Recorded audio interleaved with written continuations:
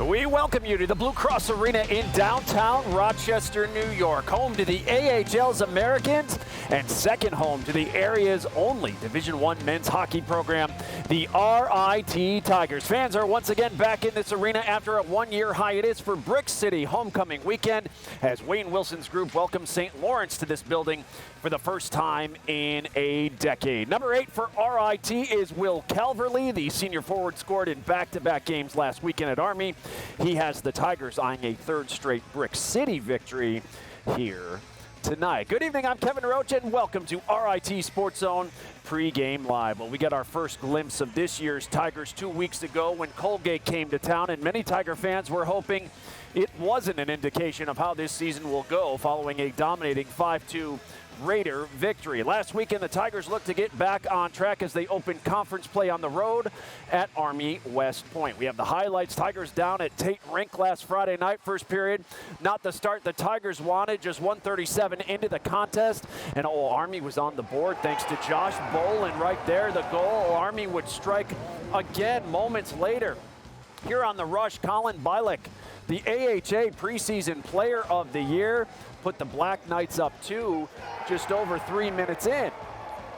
But RIT would settle down late in the period. Freshman Carter Wilkie, watch him here, skating in, taking it by himself and wrapping around, putting it in for his very first collegiate goal to cut the Army lead down to just 1 after 1. The Black Knights led 3-1 in the second period, but RIT would answer again off the turnover. They push it ahead to Andrew Rinaldi, who winds up and blasts one home, his second goal on the year. It was 3-2 Army. Under 9 minutes to play in the third, Will Calverley in the right place at the right time, right in front of the net, and he's going to put in the rebound to tie this game at 3 apiece. It stayed that way until late in the period. Army on the power play. Oh, but they get careless in their own end, and Andrew Rinaldi makes them pay. The turnover and the shorty. The Tigers would hang on to take game 1, 4-3 as they come back to beat the Black Knights last Friday night. As we look inside the numbers from last Friday's victory, Andrew Rinaldi scored for the second straight game. He also recorded his second career multi-goal game. And Will Calverley scored his first of the season, 65th career point for the senior, while Carter Wilkie, the freshman, picked up his very first goal at RIT. How about game 2 last Saturday? Army and RIT skate to a 1-1 tie, with Army getting the extra point after winning the shootout. Tigers earned 4 out of a possible 6 points down at West Point last weekend. Colby Matthews was impressive, 40 saves, the most by a Tiger since Logan Drackett stopped 41 against Robert Morris in February of 2020. RIT won the faceoff battle too, 40-32, 16 by Will Calverley, who also scored his second goal this season. And how about freshman forward Grady Hobbs scoring his very first collegiate goal as a Tiger. A lot of positives coming out of last weekend, with more on that and what we can expect here tonight. RIT head coach Wayne Wilson standing by live now with our John DiTullio. Johnny? All right, thank you, Kevin. Wayne, this atmosphere is going to be electric, but before we look ahead, let's look back at last weekend. What did you like about your effort last weekend at Army? The first game, the comeback and getting a win. I think winning on the road against a real quality team in Army speaks volumes. And the second night, getting it overtime, losing unfortunately in the shootout, but getting the points, getting 4 out of 6 on the road was tremendous. I still don't think we've hit our stride yet. It's still early in the year, but we want to push the envelope and be playing as well as we can. What happened at the Policini Center? Did it affect your preparation for tonight? No, we're very fortunate that the Amherst, the American Hockey League season was pushed back a week. So we had already planned to practice here yesterday, get all our stuff down here. So no ill effects yet, so that's good. We'll have to see the future, but the school has worked diligently on it, and it'll be up in no time. So I don't think it's going to affect us much. Maybe our Monday, Tuesday practice before we head to Notre Dame, but we'll be good.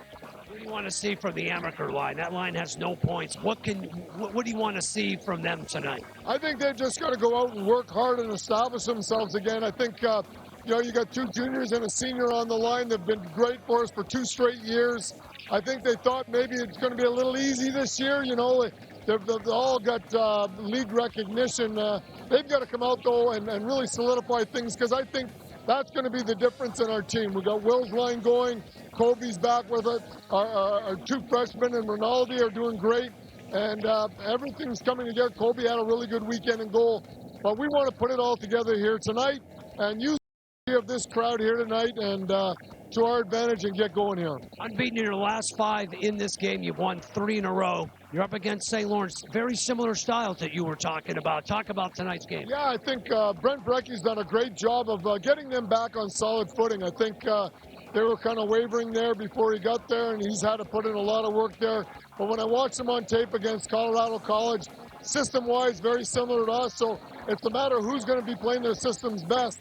And we've got some work still to do with that, and we'll continue to work on that. You know the whiteout warms my heart, Wayne. Yeah, but you're wearing orange tonight. I'm a little down on that. But, yeah, no, this is great. I mean, just great. You can hear it already. It's electric here, warm-up, and we're going to have another great crowd under really tough circumstances, but we're excited to be back here. Good luck tonight, Wayne. Thank you. All right, that does it here on the bench with head coach Wayne Wilson. Kevin, back to you. All right, thanks so much, Johnny. We'll check back with you later. We got to get those white shirts on our too as well here tonight. Well, St. Lawrence began the season, as Coach mentioned, out at Colorado College last weekend. It was the first 2 games of a 7-game road swing that will keep the Saints off their home ice until November 12th, a long time from home. Last weekend, the Saints spoiled the grand opening of Colorado College's brand new arena. They beat those other Tigers on Friday night 2-1 and then skated to a 1-1 tie on Saturday. The Saints were led by senior goaltender Emil Zetterquist, who was just spectacular in the net, stopping 69 of the 71 shots he faced for the defending ECAC champs. To me, that's a mark of a good goaltender. And when you have some goalies that are high energy or kind of out of position and scrambling all over the place, there's a sense of chaos at times for your team.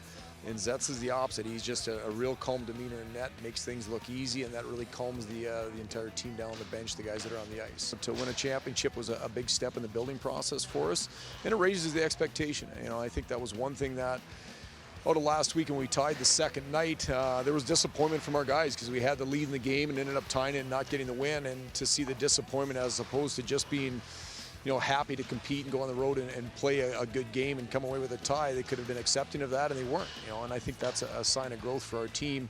You know, but again, that expectation when you win a championship, that kind of fuels the fire for the next year. So, like I said, we got a young team, but there's a lot to be excited about, and we'll continue to build as the year progresses. That should be a fun one here tonight. Well, still to come on Pregame Live, there's a new AD in town. We go one-on-one with RIT Athletic Director Jackie Nicholson. That is on the way. Plus, we'll relive one of the all-time great finishes in Brick City history. We flash back tonight to 2011 for what was a remarkable finish between the Tigers and Saints. And he's RIT's leading goal scorer so far this year. Number 15 for the Tigers is junior forward Andrew Rinaldi, the Quebec native, will join our Kim Coffee live as our coverage of Tiger hockey rolls on live from the Blue Cross Arena in downtown Rochester. It's RIT and St. Lawrence at 7:05. This is RIT Sports Zone Pregame Live.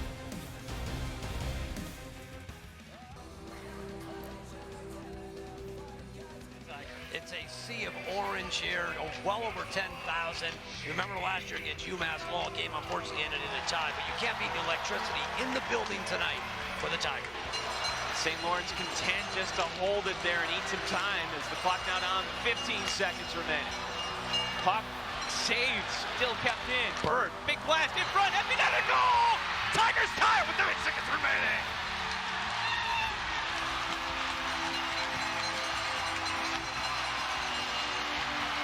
Cameron Bird starts the whole thing by holding it in, John, and a guy who is not even going to play tonight. Hartley, who has not been himself, been nursing injury tonight, the groin injury, and Burt saved the day because it looked like Carey was going to be able to clear the puck. For folks not familiar with the college game, 5 minutes.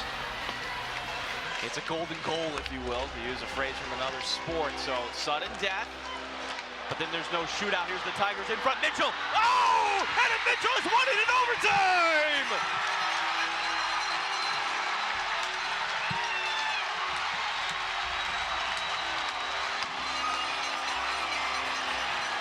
Oh, this building has erupted. It's a great night to be a Tiger.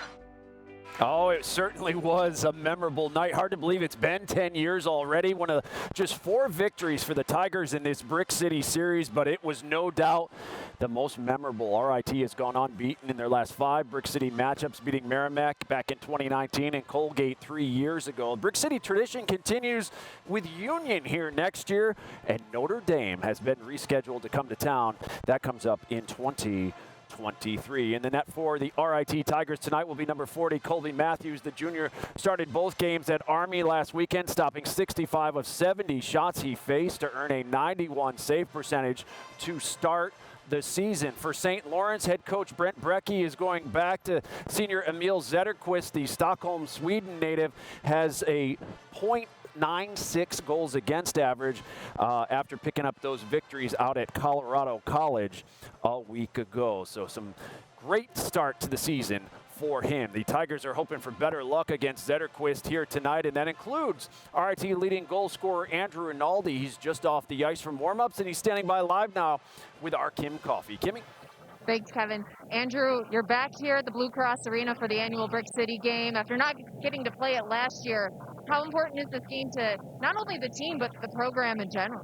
I think it's big for both the team and the program. You know, we obviously missed it last year, and you know, it's our dream of playing pro hockey or AHL, NHL, and all these fans here. It's unbelievable. You're the leading goal scorer right now with 3 goals the last 3 games. One of those coming at a clutch time against Army last week. What's been clicking for you so far this season? I think I'm just more confident. You know, I had a tough year last year, and I didn't get any bounce time, shooting more, and just being confident. And just, I like my line mates too, so we're doing really well. Could be going up against a tough goalie in Zetterquist tonight. What do you guys have to do to keep the pressure on him in tonight's game? I think we just got to keep shooting on him, getting his eyes, going for rebounds, and not being afraid to crash the net. Andrew, thanks so much. Good luck tonight. Thank you. I just want to say one thing to my family who's not here today. Miss you guys and wish you guys were here. Thank you. Thanks, Andrew. Kevin, back to you.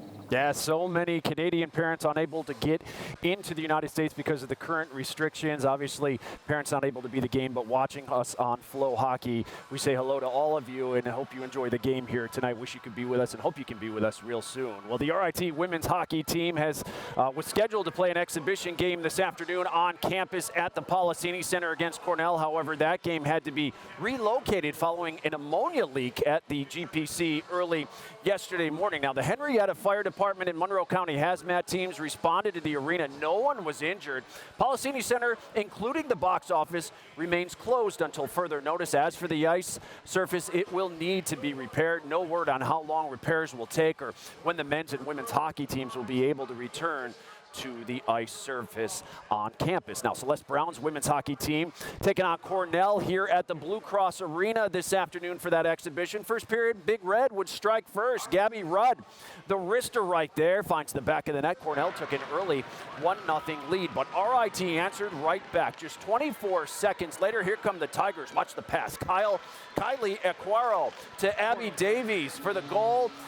And we were tied at 1 after 1. Second period, Cornell on the power play. Lily DeLiondis would score. She finished with a hat trick today. The Big Red went 2 for 2 on the man advantage, and they win the exhibition. 6-1 the final today over RIT. Meanwhile, it was senior day for the RIT women's soccer team as they hosted Skidmore at Tiger Stadium. RIT honored seniors Rebecca Hex, Courtney McHale, Morgan Monteith, Alyssa Sales, and Jessica Wagner before the game today. RIT got on the board first in the 14th minute. Christine Cataldo-Smith fed Emma Schock, who scored to put the Tigers up 1-0. 28th minute, Erin Allure is going to find the back of the net for her second goal in as many games. Hey, Liz Masterson's group unbeaten in its last 6, including a 4-game winning streak.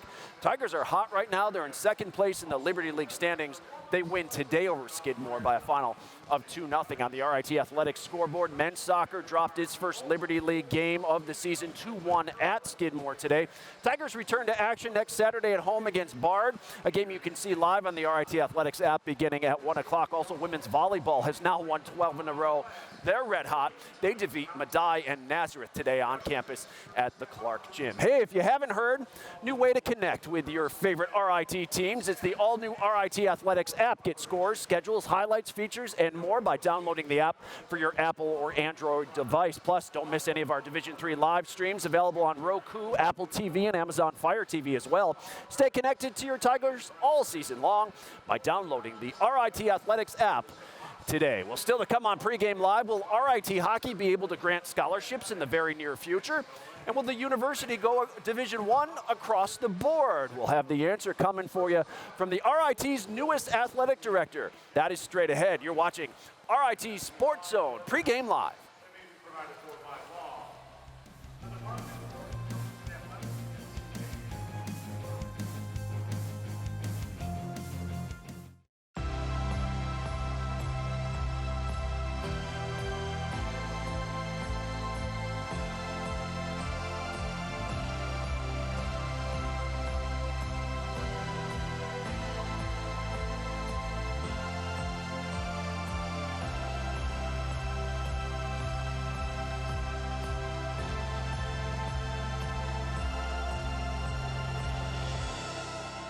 Oh, some great images from Brick City's past over the last few years here at the Blue Cross Arena in downtown Rochester. On the Atlantic Hockey scoreboard today, defending Atlantic Hockey champions are taking on the defending national champions. That's coming up at the top of the hour. Should be a good one. Wisconsin completed a 2-game sweep of Army, winning 1-0 that game last night. Mercyhurst beat Holy Cross in conference play today 5-2. Sacred Heart is at Boston University. Bentley hosts Boston College. Couple big Hockey East matchups for Atlantic Hockey there. Canisius at RPI, and Air Force visits Denver. That coming up at 8 o'clock tonight as we welcome you back inside the Blue Cross Arena in downtown Rochester, where you're watching RIT SportsZone Pregame Live, presented by Taylor the Builders. The annual Brick City Homecoming game has returned this season, and tonight will mark the 14th game in this series as RIT hosts St. Lawrence here tonight. Oh, we're looking forward to it. As I mentioned earlier, the Saints are the defending champions of the ECAC. They returned 7 of their 8 top scorers from last season and have steady, calm presence in the net, as their head coach Brent Brecky told me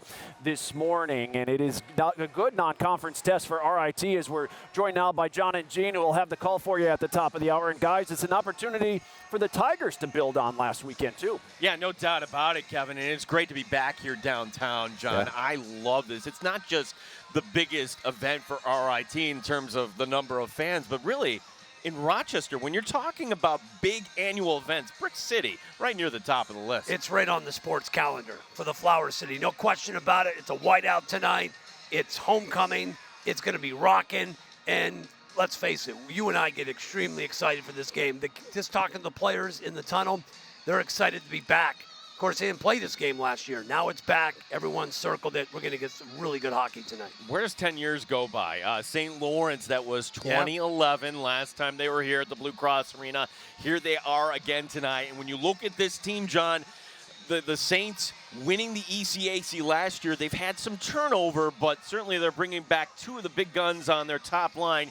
Caden Pickering, the co-captain, the right wing. No question, had the game-winning goal a week ago Friday, which got them on the board. It was a big, big win for them. And you look at his goal production, 15 career goals, as I mentioned. He's a senior forward and had that game-winning goal just last Friday. So for them to get going tonight, he's one of their playmakers. In games like this, your playmakers need to make plays, and number 18 will handle the puck an awful lot tonight. Yeah, so he'll be the right wing on that top line. For the RIT Tigers, some new faces. Boy, one of the guys that certainly has jumped out so far, Carter Wilkie. They have a center here, John. Wayne Wilson has really found a guy. I tell you, this freshman group is already making an impact, but Carter Wilkie has been outstanding. Named the Atlantic Hockey Rookie of the Week. First goal of his career on Friday, first assist on Saturday. More importantly, 21 face-off wins last weekend, including 12 on Saturday. They just seem to they just reload, and they've got a great freshman class. And so far, Wilkie seems to be the brightest stars of that young group. Yeah, so Wilkie tonight will be centering that line with Rinaldi. As far as what the Tigers have to do tonight to send this crowd home happy, looking for the 3rd straight win, this would be 6 unbeaten overall. John, what has to happen tonight? Well, as we mentioned, the big playmakers need to make plays, and so far, the line of Jake Amaker, Caleb Moretz, and Elijah Gonzalez have 0 points. So they need to, even talk with Wayne, he goes, they need to play with effort. He needs to see some sort of effort. They need to start contributing. And Colby Matthews was great last weekend. Wayne feels really good about him in net. And, of course, this has been their home away from home. Unbeaten in their last 5. They won 3 straight. they're going to feed off the crowd tonight. With the whiteout, it's going to be, I tell you, St. Lawrence going to bring their A game to try to knock off RIT tonight in this atmosphere. Yeah, Kevin, this is going to be a great atmosphere here tonight. Can't wait to call this one for the 7:05 puck drop. Yeah, we can't wait for it, guys. We'll see you in just a bit. Well, meanwhile, over 4 decades of service to RIT, including 41 years as the school's athletic director, Lou Spiotti retired in June as Jackie Nicholson was named the 5th director of athletics in RIT history. This week, we went one-on-one with the new AD to discuss her vision for the future, from facilities to Division I to hockey scholarships and so much more. Coming into an organization, a program that had a director of athletics for over 41 years, what's been your approach in trying to put your stamp on this program? Really just kind of asking the why, observing, and not trying to make any changes until I know, how we started, how we got here, and what everyone is looking forward to changing to. So it's not just Jackie's ideas, it's everyone kind of has a buy-in in what RIT athletics will look like in the future. You've had other experiences before coming here, your last experience being as the Associate AD at Albany State in Georgia. How have those prepared you for where you are now in this position? I am a student-athlete focused AD. You have a lot of ADs who focus on the coaches, and mine is really focusing on that student-athlete and that student-athlete experience. So I think all of my experiences from the time I was a student-athlete till my last job really prepared me to sit in the seat here at RIT. What do you think the perception of RIT athletics is right now, and what do you hope it to be in the future? Perception is men's hockey, women's hockey, and men's lacrosse. And no one knows the other 21 programs we have on campus. So my job is really to increase this, what we look like locally, regionally, and nationally here with RIT Athletics, and provide all of our programs with equal exposure. Obviously the student athlete experience is important, but winning, how vital is that to your plan? And we want our coaches to win because that creates exposure for your program, it creates exposure for the department, and most importantly, the institution. So we want to make sure we win and we kind of get back to competing at that high level in the Liberty League. We've kind of been middle of the pack. We need to figure out what's going to take for us to get to the top of the pack of the Liberty League. We just don't want to say we're competing. We want to say that we're winning conference championships. Division I across the board. Is that something on the table that you've thought about yet or have had conversations about?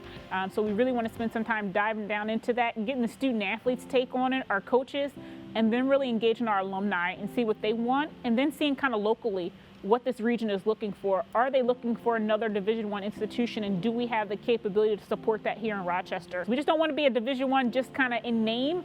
We want to be able to compete at the Division I level, and to compete at the Division I level is going to take a lot of money. Obviously, the hockey programs are interested in that decision because it affects what they do, and obviously scholarships are very important to them. Do you feel that the hockey programs here need that to happen to continue to be successful or to be more successful?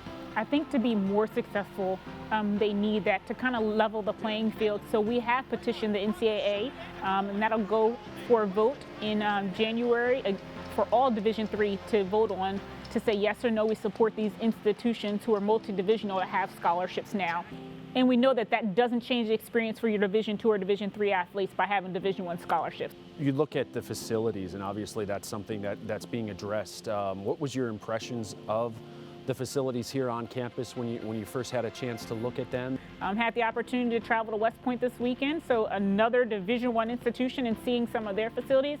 And some of our athletic facilities, once we finish baseball, softball, and track, will be right on par with what they have at those facilities, including the stadium project, which we'll hopefully undertake over the next 2 years. But starting with putting turf and lights out on that main field will put us right where we need to be, even if we're Division III or Division I. Oh, no doubt some big things on the horizon here at RIT. We're looking forward to a new era under Jackie Nicholson. It's going to be exciting here at RIT. Well, face-off is quickly approaching. We'll get you up to John and Gene next. This is RIT SportsZone Pregame Live.